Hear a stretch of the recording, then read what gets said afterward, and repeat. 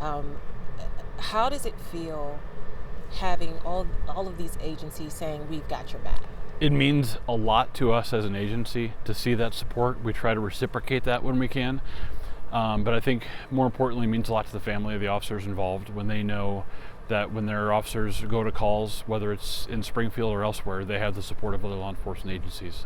When their loved one leaves home, it means a lot when we see EPD, LCSO, and OSP show up on calls to help us. But in something like this, it speaks to a lot bigger of a deal. How are the officers doing now? I know I just saw one walk out of the hospital. How are they? They're both recovering from various types of wounds, some pretty serious wounds. Both are at this point home recovering with family, and we expect them to be able to make a full recovery. It's going to take some time for wounds to heal. And physical wounds, I understand those happen, but for the department, I'm guessing that there are some other types of wounds that happen when your own are injured in the line of duty. Can you tell me about how you all are doing? Absolutely. There's a lot of emotional wounds from officers that responded to the scene, officers that were not working. There's a little bit of a feeling, and when you go to calls, if you miss out on something big and traumatic, you have this feeling, oh, I wish I was there to be there for that person. For the officers that responded, there's a lot of emotions going on. Probably a combination of frustration, of anger, of grief about what happened. And then there's all the support staff. Here today also were people working for the city manager's office, the mayor's office, head personnel out here. They are affected by this. I think they know that our officers try to do everything they can to work hard for our community and represent our community as best we can. And we work for our community, we work for that mayor and that city manager. So I think it affects them emotionally to know that we really are trying to do everything we can the right way, and sometimes bad things happen to our officers, and I think they appreciate the things they go through. And expanding that to the broader community, we've seen an outpouring of concern for the officers. What is the impact of knowing that the community is, sharing their thoughts right now towards you all? I think we're not surprised by it. I think we anticipate that level of support.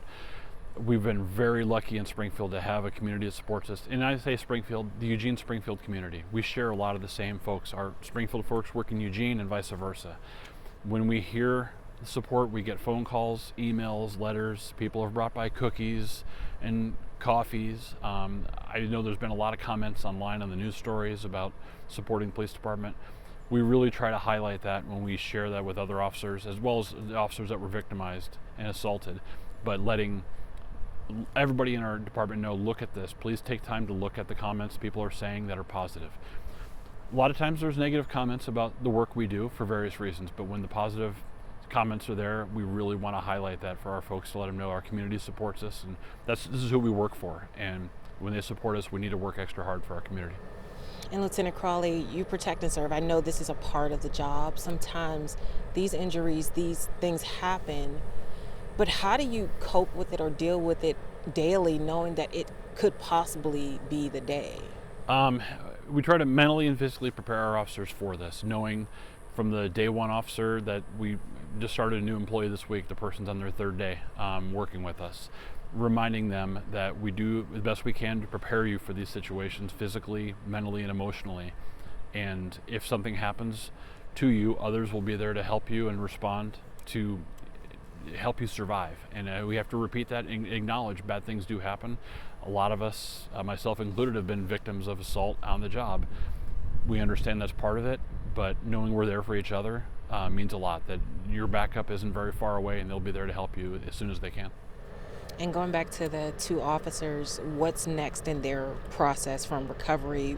What happens next? Really, it's a medical recovery process for them. They're going to be at home resting and going through following whatever doctor's orders that are given as far as recovering and therapy to move forward to the next level. And when they are medically comfortable to return to work and they want to return to work, we'll get them back to work. I think we wear a very tough exterior sometimes as police officers, and we try to act like it's no big deal. I'll be back to work soon. That's the mentality we like to have.